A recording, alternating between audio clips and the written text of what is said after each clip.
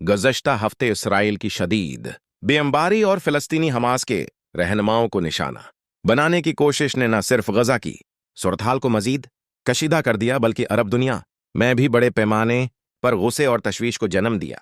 इस सूरत-हाल के पेश नज़र कई अरब रियासतों ने मुलाकातें की और मुतहदा मुहाज बनाने पर जोर दिया।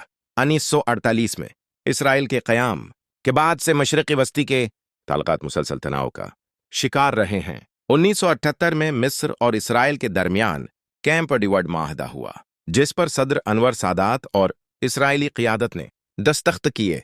इस माहदे के नतीजे में मिस्र पहला अरब मुल्क बना जिसने इसराइल को तस्लीम किया। ताहिम अवामी सतह पर यह माहिदा गैर मकबूल रहा और फ़लस्तीनियों के हक़ में जज्बात हमेशा गालिब रहे। उसके बाद 1934 में उर्दन ने भी इसराइल के साथ अमन कायम किया, लेकिन वहां भी निस्फ से ज़ायद आबादी फ़लस्तीनी नजाद होने के बाद ताल्लुकात हमेशा नाजुक रहे। हालिया बरसों में साबिक़ अमेरिकी सदर डोनाल्ड ट्रंप की मुद्दत सदारत के दौरान इब्राहिम मुआहिदे तय पाए, जिनके तहत मुत्तहिदा अरब अमारात, बहरीन, मराकश और सुदान ने इसराइल से सफारती ताल्लुकात कायम किए। इन मुआहिदों में ट्रंप के दामाद जेरेड कुशनर ने मरकजी किरदार अदा किया। सबसे पहले यूएई ने इसराइल के साथ माहिदा किया और वली अहद मोहम्मद बिन जायद को इस पूरे अमल का अहम थालिस समझा गया। बाद अज़ां मराकश और सूडान ने भी करीबी इक्तिसादी और सिक्योरिटी ताल्लुकात कायम किए और आज़ाद तिजारती मुआहिदों पर दस्तखत किए। ताहिम गजा में इसराइली कार्रवाइयों और बड़े पैमाने पर शहरी हलाकतों के बाद सूरत हाल यकसर बदल चुकी है।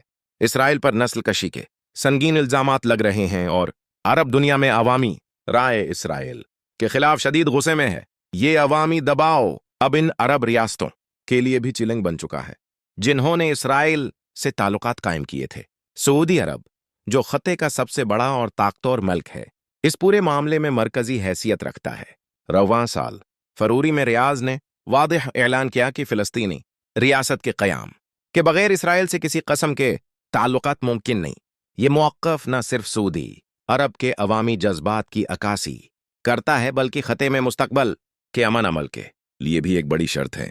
मशरिक़ी वस्ती की तारीख़ गवाह है कि अमन, मुआहिदे और सफारती ताल्लुकात अगरचे वक्ती तौर पर मुमकिन बनाए जा सकते हैं, लेकिन फ़लस्तीनी अवाम के साथ इसराइल के रवैये और गजा में जारी तनाज़ात खत्ते के मुस्तकबल का तयन करते रहेंगे।